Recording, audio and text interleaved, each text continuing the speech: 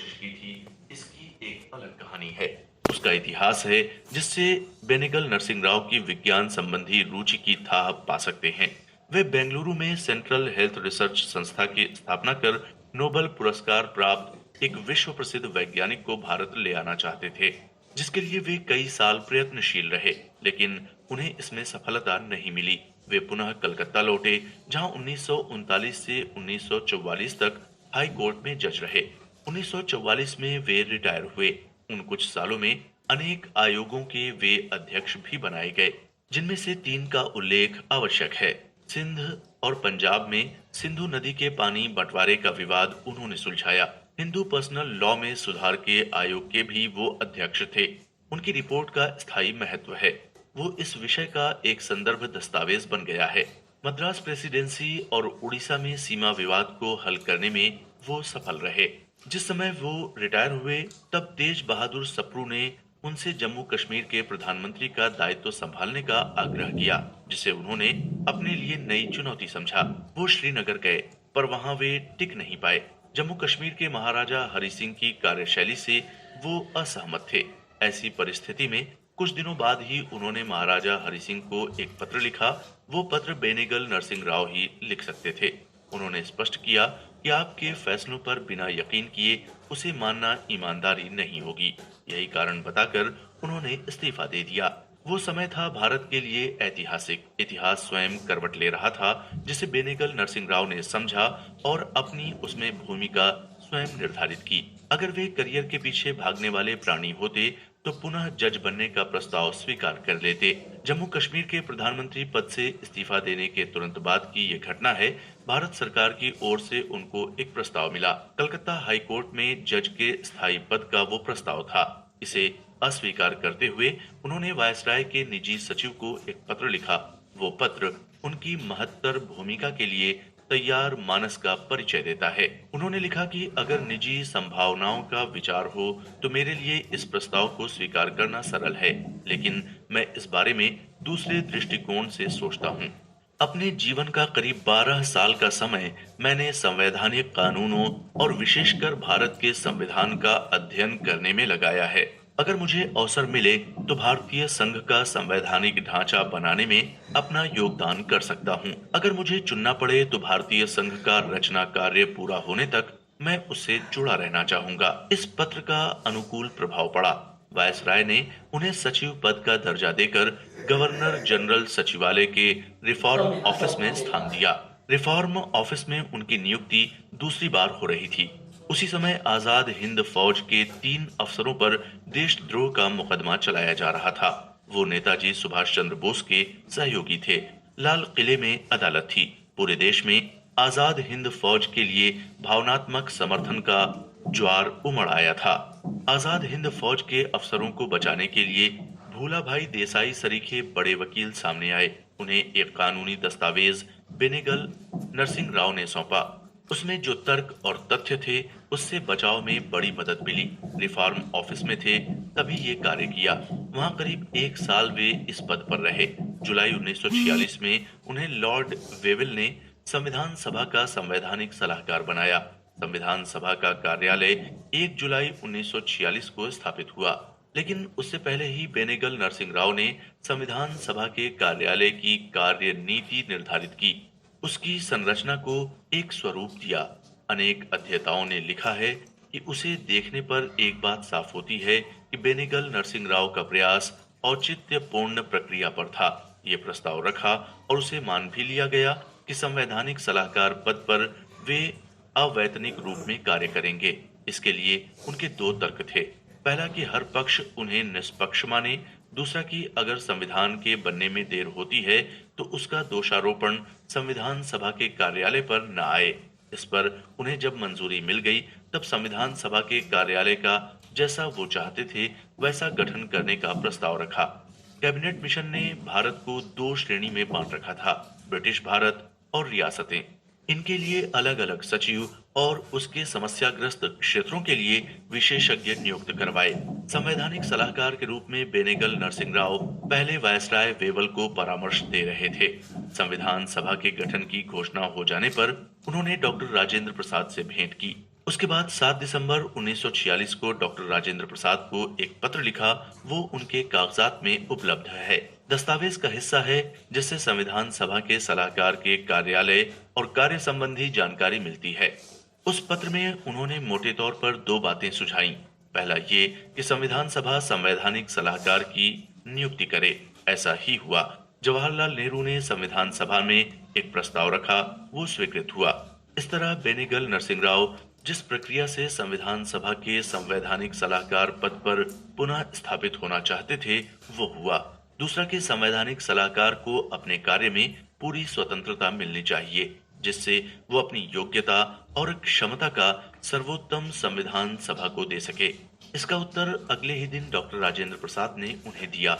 इस पत्र व्यवहार से स्पष्ट है कि बेनेगल नरसिंह राव को पहले से ही पता था कि डॉक्टर राजेंद्र प्रसाद ही संविधान सभा के अध्यक्ष चुने जाएंगे। उन्होंने संविधान सभा के सलाहकार के कार्यालय को दलीय राजनीति के प्रभाव से परे रखा। वे समय से पहले ही सोचते थे, उसकी तैयारी कर लेते थे। गवर्नर जनरल सचिवालय में भी उन्होंने यही किया। अपना कार्य बिना देर किए शुरू किया। सितंबर 1945 में उन्होंने एक प्रारूप बनाया। वो भारत ब्रिटिश संधि का एक प्रस्ताव था। स्वयं निर्णय करना और उस पर कार्य करना उनकी कार्यशैली की विशेषता थी। ये समझकर कि 1942 के क्रिप्स प्रस्ताव का सिद्धांत ही समझौते का आधार होगा, उन्होंने संधि का प्रस्ताव बनाया। ब्रिटेन के आम चुनाव का परिणाम आ गया था। 1945 में एटली की सरकार बन चुकी थी। एटली ने वेवेल को बुलाया। जहां क्रिप्स मिशन ने 1942 में छोड़ा था, वहीं से नई शुरुआत करने के निर्देश दिए। ये स्पष्ट नहीं है कि बेनेगल नरसिंह राव का प्रारूप वेवेल के निर्देशन पर था या उनकी अपनी योजना में था, लेकिन इसके दस्तावेज उपलब्ध हैं कि बेनेगल नरसिंह राव ने जवाहरलाल नेहरू से 21 नवंबर 1945 को जो लंबी बात की, वो सत्ता हस्तांतरण की गुत्थियों के बारे में ही थी। उन दस्तावेज में प्रश्न हैं और उन पर नेहरू के विचार हैं। बेनेगल नरसिंह राव की टिप्पणी भी है, वो बेनेगल नरसिंह राव के पेपर्स में उपलब्ध है। उस बातचीत में संक्रमण काल के लिए वायसराय काउंसिल का पुनर्गठन किया गया, जिसमें नेहरू ने अपनी प्राथमिकता बताई और कहा कि प्रांतों और केंद्रीय असेंबली के चुनाव नतीजे का इंतजार करना होगा। दूसरा विषय था कि पुनर्गठन की प्रक्रिया क्या हो। तीसरा विषय था कि संविधान सभा की सदस्य संख्या क्या होनी चाहिए। क्रिप्स मिशन ने 200 की संख्या रखी थी। जवाहरलाल नेहरू चाहते थे कि कम से कम 300 और अधिक से अधिक 400 संख्या वाली संविधान सभा होनी चाहिए। इस तरह के तात्कालिक पर स्थायी महत्व के मुद्दों पर जो नोट उन्होंने बनाया था, वो ब्रिटिश सरकार के अगले कदम में सहायक बना। कैबिनेट मिशन ने संविधान सभा में प्रतिनिधित्व का जो आधार सुझाया था, उससे नेहरू की संख्या का विचार साकार होता था। कैबिनेट मिशन की योजना घोषित होने के बावजूद संविधान सभा के गठन में निरंतर विलंब हो रहा था, क्योंकि कांग्रेस, मुस्लिम लीग और वेवल में चल रही वार्ता अंतहीन थी। उसके सकारात्मक परिणाम नहीं सामने आ पा रहे थे। उस दौरान हर पक्ष ने बेनेगल नरसिंह राव से समय समय पर परामर्श मांगा और उन्होंने समुचित परामर्श दिए। कैबिनेट मिशन योजना की व्याख्या पर मतभेद था। 18 सितंबर 1946 को जिन्ना ने बेनेगल नरसिंह राव से लंबी बात की। 10 सवालों पर अपने लिए स्पष्टीकरण मांगा। पहला सवाल था कि संविधान सभा की प्रारंभिक बैठकों में विचार का विषय क्या होगा। कैबिनेट मिशन ने सिर्फ इतना ही लिखा था कि कार्यवाही की प्रक्रिया का निर्धारण होगा। जिन्ना जानना चाहते थे कि इसका अर्थ क्या है। दूसरा सवाल था कि संविधान सभा की प्रक्रिया निर्धारण के लिए जो कमेटी नियम बनाएगी, उसका गठन किस प्रकार होगा। ऐसे ही उनके सवाल थे, जिसका बिंदुवार जवाब बेनेगल नरसिंह राव ने दिया। जिन्ना के सवालों से ये साफ हो जाता है कि तब तक उन्होंने संविधान सभा के बहिष्कार पर पक्का मन नहीं बनाया था। जिन्ना की दुविधा से परिचित बेनेगल नरसिंह राव ने कोशिश की कि ब्रिटिश साम्राज्यवाद की चाल में मुस्लिम लीग न फंसे और एक संवैधानिक राह निकल आए। अनेक इतिहासकारों ने ये लिखा है और उसे एक सैद्धांतिक ढांचा दिया है कि उस समय साम्राज्यवाद के उपनिवेशवाद, राष्ट्रवाद और संविधानवाद का त्रिकोण बना हुआ था। संविधानवाद की माया सब पर छाई हुई थी, लेकिन राजनीतिक हितों के जबरदस्त टकराव के कारण संविधानवाद से औपनिवेशिक हित तो सधे, लेकिन राष्ट्रवाद लहूलुहान होता रहा। पराजय से भी बुरी वो गत थी जो उन दिनों राष्ट्रवाद की बनी। संविधानवाद से अखंड भारत की स्वाधीनता संभव हो जाए, इसके प्रयास में बेनेगल नरसिंह राव लगे रहे, पर विफल हुए। इतिहास की ये बड़ी विडंबना है। स्वाधीनता की भारत विभाजन में परिणति हुई। उस दौर में बेनेगल नरसिंह राव ने कोशिश की कि राजनीतिक हितों की टकराव टले और एक संवैधानिक हल निकले। संविधान का जो मूल मसौदा उन्होंने बनाया, वो इसी लक्ष्य से प्रेरित था कि भारत एक संघीय गणराज्य बने, जिसमें राज्यों को हर संभव स्वायत्तता मिले। उस दौर के उनके प्रयास और पत्र व्यवहार भी यही बताते हैं, लेकिन परिस्थितियों ने विपरीत दिशा में मोड़ ले लिया। जहां कांग्रेस नेतृत्व कैबिनेट मिशन में ही उलझा हुआ था, वहां बेनेगल नरसिंह राव ने जिन्ना के अड़ियलपन से ये समझने में देर नहीं की कि कैबिनेट मिशन की योजना विफल हो जाएगी। वैसा ही हुआ। ब्रिटिश प्रधानमंत्री ने 20 फरवरी 1947 को जो घोषणा की, उसमें भारत विभाजन के स्पष्ट संकेत थे। तब संविधान सभा की दृष्टि से क्या-क्या किया जाना चाहिए, इसका पूर्वानुमान लगाकर जो मुद्दे उलझाव के होंगे, उनकी संवैधानिक तैयारी की। डॉक्टर राजेंद्र प्रसाद थोड़े चिंतित थे। उन्होंने 9 मार्च 1947 को बेनेगल नरसिंह राव को बुलाया, उनसे बात की, पूछा कि ब्रिटिश प्रधानमंत्री की घोषणा के बाद क्या करना चाहिए। बेनेगल नरसिंह राव इस समस्या पर विचार कर चुके थे। उन्होंने संविधान सभा के अध्यक्ष को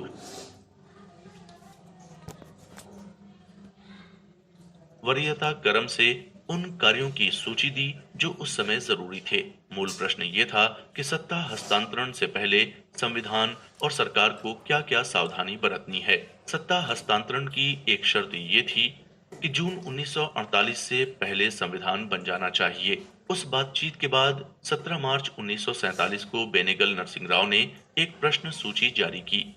वो संविधान सभा के सदस्यों के अलावा सेंट्रल असेंबली और प्रांतों की असेंबली के सदस्यों को भेजी गई, जिसमें एक प्रश्न ये पूछा गया था कि भारतीय गणराज्य के प्रधान का पद क्या अमेरिका जैसा हो या दूसरे देशों जैसा, उसका चुनाव कैसे हो, कार्यकाल कितना हो, क्या दोबारा चुनाव की व्यवस्था होनी चाहिए, उनका संवैधानिक अधिकार क्या हो, केंद्र सरकार किस प्रकार की हो, मताधिकार किसे किसे दिया जाए। इस तरह के कुल 27 प्रश्न पूछे गए थे। इसके अलावा एक अस्थायी संविधान भी बेनेगल नरसिंह राव ने बनाया था, जो जरूरत पड़ने पर प्रस्तुत किया जा सकता था। संविधान सभा में जब जवाहरलाल नेहरू ने उद्देश्य संकल्प रखा और उस पर बहस के जवाब का समय आया, तो कॉमनवेल्थ के प्रश्न पर उन्हें संविधान सभा में क्या बोलना चाहिए, इसका सुझाव बेनेगल नरसिंह राव ने उन्हें लिख कर दिया। उनके सुझाव में जो तर्क और उदाहरण थे, ज्यादातर उन्हें ही नेहरू ने प्रस्तुत किया। संविधान सभा के दूसरे अधिवेशन का जब समय आया, तो डॉक्टर राजेंद्र प्रसाद ने बेनेगल नरसिंह राव से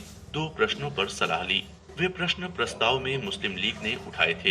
ये बात जनवरी 1947 की है। बेनेगल नरसिंह राव ने उन प्रश्नों का समाधान दिया। संविधान सभा ने संविधान का मसौदा बनाने के लिए मसौदा समिति का गठन 29 अगस्त 1947 को किया। उससे पहले 3 सलाहकार समितियां बनाई जा चुकी थीं। पहली थी मौलिक अधिकार संबंधी, दूसरी थी संघ के अधिकार संबंधी, तीसरी थी संघ और प्रांतों के संविधान संबंधी। इनकी रिपोर्ट अप्रैल से अगस्त 1947 के दौरान संविधान सभा को मिल गई थी। इनकी सिफारिशों पर संविधान सभा में चर्चा पूरी हो गई थी, जिससे संविधान के सिद्धांतों का निर्धारण करीब करीब हो गया था। उसके बाद संवैधानिक सलाहकार बेनेगल नरसिंह राव ने संविधान का मूल मसौदा बनाया। उसी मसौदे के आधार पर डॉक्टर भीमराव अंबेडकर की अध्यक्षता में मसौदा समिति ने विचार किया और पहला मसौदा बनाया। मसौदा समिति की कार्यवाही के विवरण से स्पष्ट है कि हर बैठक में बेनेगल नरसिंह राव उपस्थित थे। बेनेगल नरसिंह राव के मूल मसौदे में देश का नाम इंडिया था। एक संघ की परिकल्पना थी जो 1935 के अधिनियम के आधार पर था। संघीय संसद का प्रावधान था। संविधान के तीसरे अध्याय में नीति निदेशक सिद्धांतों के लिए 41 प्रावधान थे। उसमें गांव और पंचायत का कोई उल्लेख नहीं था। भारतीय संघ के प्रधान को राष्ट्रपति के पद से विभूषित किया गया था। मूल मसौदे में 240 अनुच्छेद और 13 अनुसूची थी। बेनेगल नरसिंह राव से मूल मसौदा प्राप्त होने के बाद संविधान सभा के अध्यक्ष ने उन्हें अमेरिका, कनाडा, आयरलैंड और इंग्लैंड भेजा। वहां उन्हें भारत के संविधान पर उन देशों के विशेषज्ञों से परामर्श करना था। अक्टूबर से दिसंबर 1947 के दिनों में वे वहां गए। उसकी रिपोर्ट संविधान सभा के अध्यक्ष को दी, जिसमें किससे क्या बात हुई और उनका क्या कहना था, ये सब है। जून 1948 में बेनेगल नरसिंह राव ने आईएएस प्रोबेशनर्स के सामने संसदीय प्रणाली पर जो व्याख्यान दिया, वो इस धारणा को बदलने का एक आधार देता है कि वे प्राचीन भारत की राज्य व्यवस्था से अपरिचित थे। उन्होंने अपने भाषण में शुरू में ही स्पष्ट कर दिया है कि भारत का जो संविधान बन रहा है, उससे संसदीय शासन प्रणाली निकलेगी। प्राचीन भारत में ही अनेक गणराज्य थे। प्राचीन भारत की राज्य व्यवस्था का विशद वर्णन कर उन्होंने आधुनिक भारत के बारे में जानकारी दी। 1858 से वे आधुनिक भारत की गणना करते हैं। वे बताते हैं कि आधुनिक भारत में संसदीय राजनीति के 4 चरण हैं। पहला 1858 से 1920, दूसरा जनवरी 1921 से मार्च 1937, तीसरा अप्रैल 1937 से 14 अगस्त 1947, चौथा 15 अगस्त 1947 के बाद। उसी भाषण में वो ये भी बताते हैं कि सत्ता हस्तांतरण के लिए एक अस्थायी संविधान बनाया गया था। वो 1935 के अधिनियम पर ही आधारित था। बेनेगल नरसिंह राव थे तो संवैधानिक सलाहकार, लेकिन उनका स्थान उस दौर में रोज ऊंचा होता गया। वे संविधान निर्माण की प्रक्रिया में अपरिहार्य बनते गए। उनके परामर्श का एक छोटा शब्द जो वो देते थे, संविधान सभा के नेतृत्व के लिए महाकाव्य बन जाता था। संविधान सभा की बहस में इसे देखना संभव नहीं है। इसके लिए the framing of India's constitution के मूल 4 खंड के पन्ने पलटने होंगे, जिसके हर पन्ने पर बेनेगल नरसिंह राव किसी न किसी रूप में अपने नोट और ड्राफ्ट के शब्दों में उपस्थित हैं। थे वे सिविल सर्वेंट, वो भी उस समय के जब स्वाधीनता संग्राम का नेतृत्व लाल बाल पाल कर रहे थे। राष्ट्रीयता की पहली भीषण लहर उन दिनों ही भारत में 1857 के बाद उठी थी। उस सिविल सर्वेंट को भारतीय संविधान के प्रधान निर्माता होने का श्रेय संविधान सभा ने दिया। ऐसा रूपांतरण इतिहास में कम मिलेगा। संविधान की उन्होंने जो परिकल्पना दी, उस पर मौलिक प्रश्न पहले बाहर उठे, जिसकी अनुगूंज संविधान सभा में सुनाई पड़ी। उसका कोई परिणाम नहीं निकला, सिवाय एक अपवाद के। बेनेगल नरसिंह राव के मूल मसौदे पर जिन लोगों ने प्रश्न उठाए, वे चर्चा को सिर्फ चटकारा ही बना सके।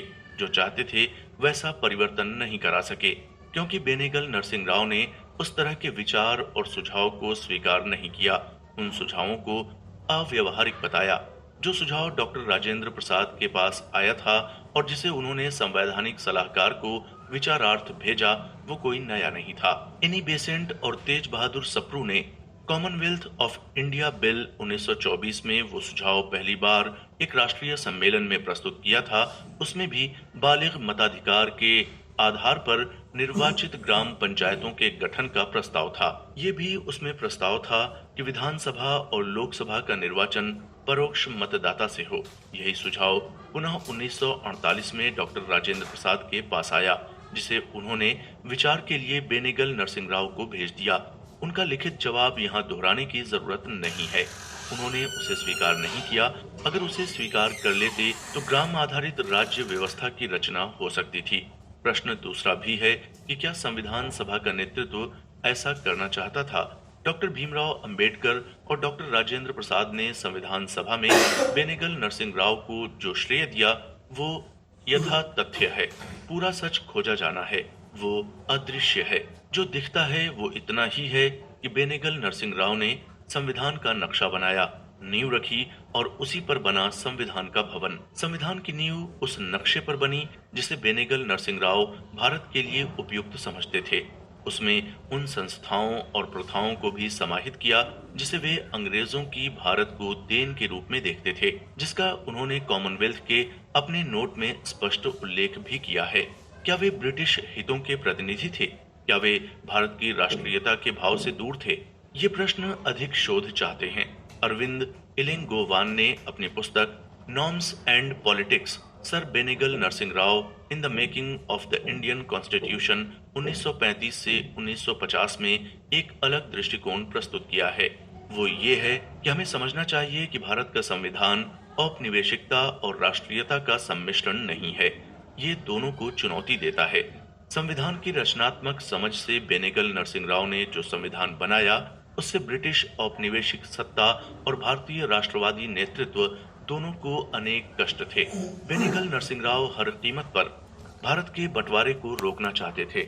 ऐसा राज्य बनाना चाहते थे जिसमें सुशासन हो और जो रोजमर्रा की राजनीति से अछूता रहे। लेकिन उनके इस प्रयास को नेतृत्व ने विफल कर दिया। जिन संसदीय प्रथाओं ने अंग्रेजी जमाने से भारत में अपनी जड़ें जमा ली थीं, उनकी निरंतरता को बेनेगल नरसिंह राव ने संविधान के नक्शे में प्रमुखता दी। नए प्रयोग को हतोत्साहित किया। ग्राम पंचायत आधारित संविधान और उससे उत्पन्न राज्य व्यवस्था को वे संविधान की परिकल्पना में परकाया प्रवेश मानते थे। इससे भिन्न एक दृष्टिकोण भी है। ब्रिटिश शासन के राज्य व्यवस्था की जो संरचना बनी, उसे ही उन्होंने संविधान में शामिल किया, क्योंकि प्रधानमंत्री जवाहरलाल नेहरू भी यही चाहते थे। संविधान सभा अंततः अपनी मंजिल पाने में सफल हो गई। संविधान का निर्माण कार्य संपन्न हुआ। पाकिस्तान को जो सफलता नहीं मिली, उसे भारत ने विपरीत परिस्थितियों के बावजूद अर्जित किया, क्योंकि मतभेद और गंभीर आलोचनाओं के बावजूद सबकी सहमति से संविधान निर्माण हो सका। वो एक उपलब्धि थी। 26 नवंबर 1949 को ये कार्य पूरा हुआ। वो संविधान सभा का अंतिम दिन क्यों नहीं बना? इसे संविधान के जिज्ञासु जानने में उत्सुक होंगे। वे इसे खोजेंगे भी। अपनी जिज्ञासा शांत करने के लिए इतिहास के उस दौर में जाएंगे, तब एक सच सामने आएगा। संविधान सभा के अंतिम चरण में अनेक सदस्यों ने अपनी शुभेच्छा व्यक्त की थी कि डॉक्टर राजेंद्र प्रसाद ही भारतीय गणराज्य के प्रथम राष्ट्रपति चुने जाएं। ये सिर्फ कांग्रेस के सदस्यों की ही नहीं, बल्कि पूरी सभा का एक स्वर से विचार था। संविधान सभा के सदस्य डॉक्टर राजेंद्र प्रसाद को जानते और मानते तो पहले से ही थे, लेकिन संविधान सभा के दौरान उन्हें जैसा अनुभव हुआ, उससे हर किसी के मन में उनके प्रति सम्मान बढ़ता गया। डॉक्टर राजेंद्र प्रसाद ने अपनी निष्पक्षता, सरलता और सद्व्यवहार से एक नैतिक आभा अर्जित की। उससे सदस्यों में उनके लिए एक सद्भावना पैदा हुई। हर सदस्य उन्हें राष्ट्रपति पद पर देखना चाहता था। संविधान सभा का सार्थक और सफल संचालन करते हुए भी उन्होंने अपना हाथ जलने नहीं दिया और उतनी ही सतर्कता और संयम से दूसरों को भी जलने से बचाया। ऐसे उदाहरण विरले ही पाए जाते हैं। डॉक्टर राजेंद्र प्रसाद ने अपने सदाचार और निष्पक्ष व्यवहार से अपने प्रशंसकों का संसार व्यापक बनाया। सरदार वल्लभ भाई पटेल के सचिव वी शंकर ने अपने संस्मरण में लिखा है कि संविधान सभा का संचालन जिस योग्यता से डॉक्टर राजेंद्र प्रसाद ने किया और सदस्यों की सद्भावना जैसी सरदार ने देखी, तो वो भी समझते थे कि डॉक्टर राजेंद्र प्रसाद को ही भारतीय गणराज्य का पहला राष्ट्रपति होना चाहिए। संविधान सभा के कांग्रेसी सदस्यों ने अपनी भावना डॉक्टर राजेंद्र प्रसाद से अटूट बना ली थी। इसे सरदार जानते थे। ये भी एक बड़ा कारण था कि सरदार भी इसी मत के हो गए थे कि डॉक्टर राजेंद्र प्रसाद भारतीय गणराज्य के पहले राष्ट्रपति चुने जाएं। कांग्रेस ने लाहौर में बहुत पहले पूर्ण स्वराज्य का संकल्प लिया था। वो पूरा होने जा रहा था, लेकिन इस पर संशय बना हुआ था कि क्या डॉक्टर राजेंद्र प्रसाद ही भारतीय गणराज्य के पहले राष्ट्रपति निर्वाचित किए जाएंगे। अध्यक्ष डॉक्टर राजेंद्र प्रसाद ने संविधान सभा में उस दिन कहा कि जनवरी में इस सभा का एक और सत्र निमंत्रित करने का मुझे अधिकार दिया जाए। इस पर सत्यनारायण सिन्हा ने प्रस्ताव रखा और वो पारित हुआ। अंतिम बार डॉक्टर राजेंद्र प्रसाद ने उस दिन ये कही कि सभा स्थगित होने से पूर्व मैं उसी प्रकार से हाथ मिलाऊंगा जैसा कि मैंने अध्यक्ष चुने जाने पर सबके पास जाकर हाथ मिलाया था। जवाहरलाल नेहरू ने तब कहा, एक एक करके हम आपके पास आएंगे और हाथ मिलाएंगे। हर सदस्य ने यही किया। इसके पश्चात संविधान सभा स्थगित हो गई। संविधान सभा के स्थगन और समापन सत्र में करीब 2 महीने का अंतराल था। पंडित जवाहरलाल नेहरू ने अगले कदम के बारे में गलत अनुमान लगाया। इस कारण कांग्रेस में एक राजनीतिक तूफान उठ खड़ा हुआ। कारण कि पंडित नेहरू ने जो निर्णय किया वो संविधान सभा के ज्यादातर कांग्रेसी सदस्यों के गले नहीं उतर रहा था।